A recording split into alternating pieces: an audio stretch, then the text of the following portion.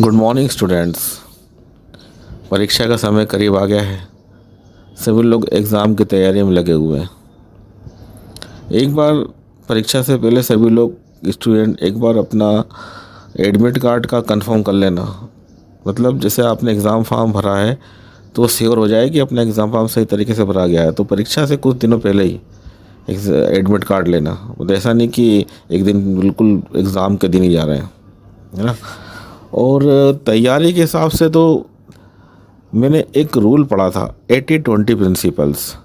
ये actually rule है, Pareto Pareto principal ही बोलते हैं, क्योंकि ये साइंटिस्ट के नाम पर एक परेटो जिनने बनाया था नियम। ये है 80-20 प्रिंसिपल्स। 80-20 प्रिंसिपल का मतलब होता है कि आपका जो 20% वर्क जो है वो 80% सक्सेस देता है। मतलब आप एक कंसंट्रेट जगह पर ध्यान लगाते हो, मतलब कुछ कम कम चीज़ें करके आपको 80% सक्सेस मिलती है। आप देखो लाइफ में आपने कुछ भी काम किया होगा तो उसमें जो 80% जहाँ आपने वर्क किया है वहीं सक्सेस मिलती है। ऐसा नहीं लगता कि आपने पूरा 100% काम किया और 100% सक्सेस मिल रही है। कहीं ना कहीं जो है 20% आप वर्क करो तो आपको 80% सक्सेस मिलेगी। इसी प्रकार से एग्ज़ाम के लिए आप लोगों को भी इस पे ध्यान देना चाहिए, इस फार्मूले पे ध्यान देना चाहिए, जिसे हम परेटो प्रिंसिपल भी बोलते हैं। 80-20 प्रिंसिपल मतलब 20% काम करके आप 80% सक्सेस ले सकते हैं। एग्ज़ाम का समय करीब आ चुका है तो सभी स्टूडेंट्स अपनी तैयारी अच्छे तरीके से करें। बहुत ज़्यादा दिमाग पे स्ट्रेस ना लें। 2 घंटे पढ़ें, लेकिन बीच में थोड़ा सा ब्रेक ले लेके पढ़ें। माइंड को रिफ़्रेश भी करते रहें, कंसंट्रेट करें और बिल्कुल पूरी नींद लें। नींद भी लेना ज़रूरी है। ऐसा नहीं कि बहुत रात रात भर पढ़ रहे हैं, समय करीब आ गया परीक्षा का, ऐसा नहीं है, लेकिन फिर डरने की ज़रूरत नहीं है। लेकिन अपने बॉडी को, हेल्थ को, ब्रेन को सही सही तरीके से रखते हुए अपने को एग्ज़ाम की तैयारी करना है। थोड़ा सा दिमाग का यूज़ करके पुराने क्वेश्चन पेपर ले लो, पता कर लो कि कितना कितना पूछा जा रहा है, कौन सा। कुछ इंपॉर्टेंट क्वेश्चन तो मैं साइड पर डालूंगा ही डालूंगा, उसी को आप लोग स्टडी कर सकते हैं और कुछ अपने दिमाग से भी निकाल सकते हैं कि क्या क्या चीज़ें अपन पढ़ सकते हैं। तो पूरा पूरा पढ़ने की ज़रूरत नहीं है। जैसे केमिस्ट्री की बात कर लें तो आप जैसे first, second, third, fifth, sixth unit है, तो इस सिक्स्थ यूनिट के जितने पार्ट्स हैं, फर्स्ट के भी जैसे 2 पार्ट हो गए, तो उन दोनों पार्ट्स में से एक एक दो दो क्वेश्चन आते हैं और वो अथवा में भी आते हैं। मतलब ये नहीं तो ये कर सकते हैं आप। तो कुछ क्वेश्चन ऐसे 5 क्वेश्चन ऐसे आए हैं जो शॉर्ट आंसर टाइप के रहते हैं और बाकी क्वेश्चन थोड़े से ज़्यादा आपको लिखना पड़ता है, उस टाइप से क्वेश्चन आते हैं नंबर के हिसाब से। तो टोटल आपका जो पेपर आएगा वो आएगा 70 नंबर का। 70 नंबर का पेपर आएगा और 30 नंबर तो आपके सीसी वगैरह के होते ही हैं। प्रैक्टिकल्स वगैरह भी होंगे और प्रोजेक्ट भी होगा। तो प्रोजेक्ट में तो आप लोग को सभी को मालूम होगा कि जो प्रोजेक्ट है वो मेजर सब्जेक्ट में ही किया जाता है। जो जिसका बॉटनी है उसके मेजर बॉटनी में ही प्रोजेक्ट करना है। केमिस्ट्री इसका मेजर सब्जेक्ट है, वहाँ प्रोजेक्ट बनाना है उसको। और जिसका बॉटनी है तो उसको बॉटनी का प्रोजेक्ट बनाना है। जो जो सब्जेक्ट्स का मेजर का है उसी में उसको प्रोजेक्ट भी बनाना है। तो मैंने साइट पर सर से लिंक लेकर उस पर मैंने उनसे प्रोजेक्ट लेकर साइट पर अपलोड किया हुआ है। तो वहाँ जाके वो अपने अपने टॉपिक देख के कुछ दिनों में अपने सब प्रोजेक्ट बना कर तैयार रखें। प्रैक्टिकल फाइल भी बनाना है। तो प्रैक्टिकल फाइल जैसे मेजर वाले स्टूडेंट को 2 फाइल बनानी पड़ती है, मेजर फर्स्ट और मेजर सेकंड।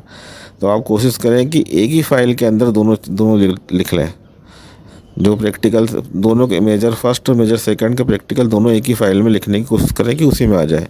2 फाइल खरीदने की ज़रूरत नहीं है, ठीक है ना। प्रैक्टिकल की फ़ाइल बहुत ही ज़्यादा महंगी खरीदने की ज़रूरत नहीं है। जो आपके 11th-12th में चलती थी उस टाइप से फ़ाइल ले लेंगे तो भी चल जाएगा, ठीक है। लेकिन बस ये है कि केमिस्ट्री प्रैक्टिकल लिखा होना चाहिए। तो ये 100 नंबर का होता है, प्रोजेक्ट 100 नंबर का होता है, सीसी 30 नंबर के होते हैं। सीसी के नंबर चढ़ेंगे, बाकी 80 जो नंबर है, 70 नंबर जो है वो है आपके थ्योरी के। इस 70 नंबर में आपको 33% कम से कम 25, 26, 27 नंबर तो आपको पासिंग का मार्क्स लगेंगे। लेकिन तैयारी आप इस प्रकार से करो कि आप ज़्यादा से ज़्यादा मार्क्स ले सको, ठीक है ना। और ऑप्शन बहुत मिलेंगे आपको, मतलब एक ही क्वेश्चन के दूसरा अथवा भी करना है। तो जो जो इम्पोर्टेंट क्वेश्चंस हैं होते हैं वो मैं डालूंगा, अपलोड करूंगा, उसको पढ़ना ही। लेकिन पूरा के पूरा पढ़ने के बजाय आप थोड़ा थोड़ा पढ़ो, थोड़ा सा मतलब ये है कि एक पार्ट पढ़ लो आप, जैसे मोलरिटी हो गई, नॉर्मलिटी हो गई, तो इसमें आप एक बड़ा सा क्वेश्चन बना सकते हो। परसेंटेज कंपोजिशन ये परीक्षा में आएगा।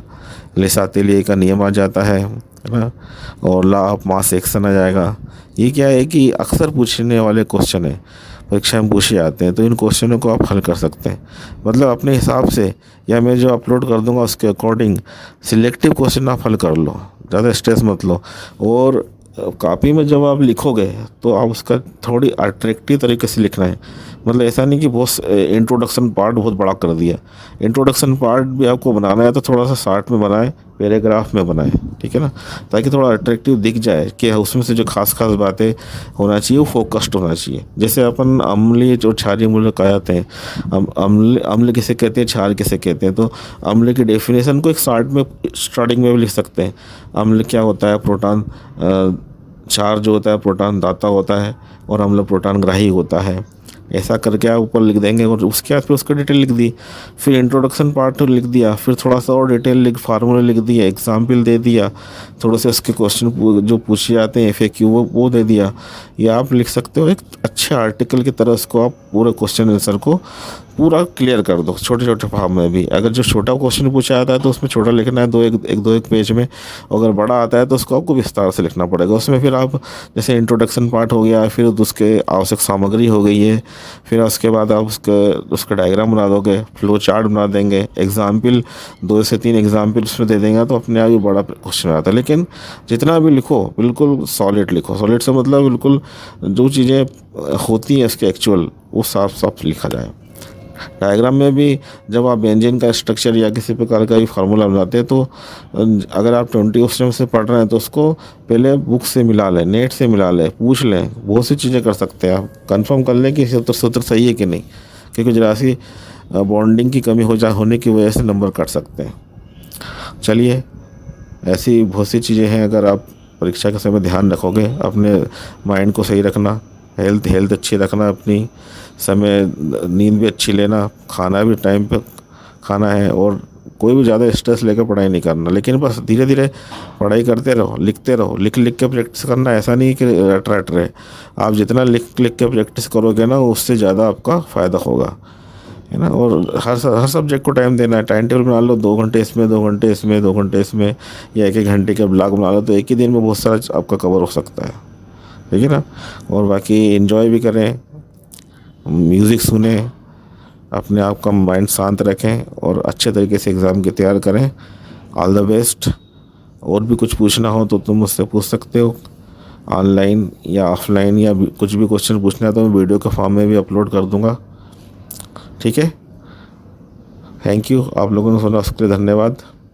आपका दिन शुभ हो।